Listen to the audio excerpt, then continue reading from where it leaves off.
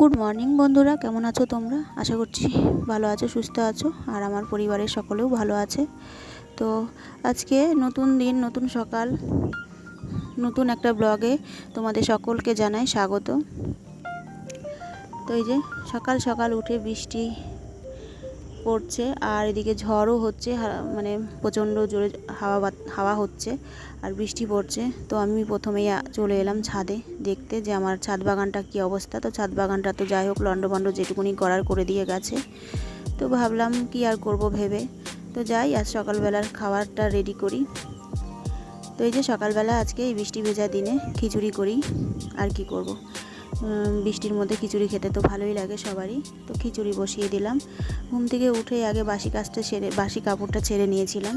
বাসি কাজ কিন্তু সবই পড়ে আছে, আজকে বাসি কাজ কিছুই হয়নি। আর কি করব এই বৃষ্টির মধ্যে ভাবছি, হাওয়া হচ্ছে প্রচণ্ড, জানলাগুলো খুলতে পারছি না। তো চলো বোতল খালি ছিল, বোতলগুলো ভরে নিলাম। আর এই যে দেখছো এই কুকুরগুলো না আমার বাড়ির সামনেই থাকে। তো এখন বৃষ্টি পড়ছে, এদের খুব কষ্ট, বৃষ্টিতে ভিজছে। তো কি করব, আমি আমার এই কলের মানে যেখানে আমার কলপার আছে ওখানে আমি একটা ত্রিপল টাঙিয়ে দিয়েছি এদের থাকার জন্য। তো এরা চারটে সেই রাত থেকে এখানেই আছে। তো চলো ভাতভাগি কাজগুলো এবার সেরে ফেলি। আজকে তো আর কাঁচা ধোয়া নেই, কাঁচা ধোয়া করে আর কোথায় মেলবো বলো, আমার তো জায়গাও নেই ঘরের মধ্যে মেলার মতন।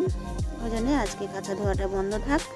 তো এই যে, আর হ্যাঁ জানি না এই ঝড়ের তাণ্ডবে কোথায় ক্ষতি হয়েছে, কতটা ক্ষতি হয়েছে বলতে পারবো না। তো যেখানে যাই হোক, ভগবান না করে কারুর সেরকম কোনো ক্ষতি হোক।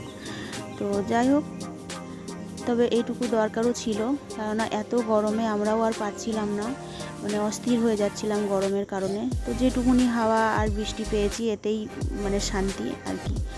তো চলো, এদিকে আমার কথা বলতে বলতে ঘরটাও ঝাড় দেওয়া হয়ে গেছে, এবার বাসি বিছানাটাও তুলে নিচ্ছি। আর ছেলেমেয়েরাও ঘুম থেকে উঠে গেছে, সকালে ওদেরও খেতে দিতে হবে। আর আমার কর্তামশাই তো আগেই খেয়ে চলে গেল। তা এই যে জানলাগুলো খুলছি এখন একটু সাহস করে, কেননা জানলা খোলা যাচ্ছে না, খুব জোরে আওয়াজে মানে হাওয়াই বন্ধ হয়ে যাচ্ছে জোরে জোরে ইয়ে হয়ে। তো চলো, এই যে ছেলে মেয়ের সকালে খিচুড়ি করেছিলাম, খিচুড়িটা দিয়ে দিচ্ছি, ওদের সঙ্গে আমি একটু খেয়ে নিলাম। আর হ্যাঁ, আজকে আমি মুসুরির ডাল ভিজিয়ে রেখেছিলাম যখন খিচুড়ি রান্না করছিলাম। তো মুসুরির ডালের বড়া ভেজে আমি মুসুরি ডালের বড়ার তরকারি করব আজকে আলু দিয়ে। আমার কিন্তু খুব ভালো লাগে এই তরকারিটা। তো এই যে আলুগুলো ভেজে তুলে নিলাম, নিয়ে এবার একটু মশলা দেবো। আর এটাতে আমি সব রকম মশলাই দিই, আদা রসুন পেঁয়াজ সব কিছু দিয়েই রান্নাটা করি, বেশ ভালোই লাগে আমার কাছে খেতে। জানি না তোমরা খাও নাকি এইভাবে। তো চলো ওদিকে মশলা কষতে দিয়ে এদিকে তোমাদের সঙ্গে একবার শেয়ার করি কী কী রান্না হলো। এদিকে ভাত, আর এখানে বড়া ভাজা আর ঝিঙে ভাজা আছে, আর এর নিচে আছে ঝিঙে আলুর তরকারি।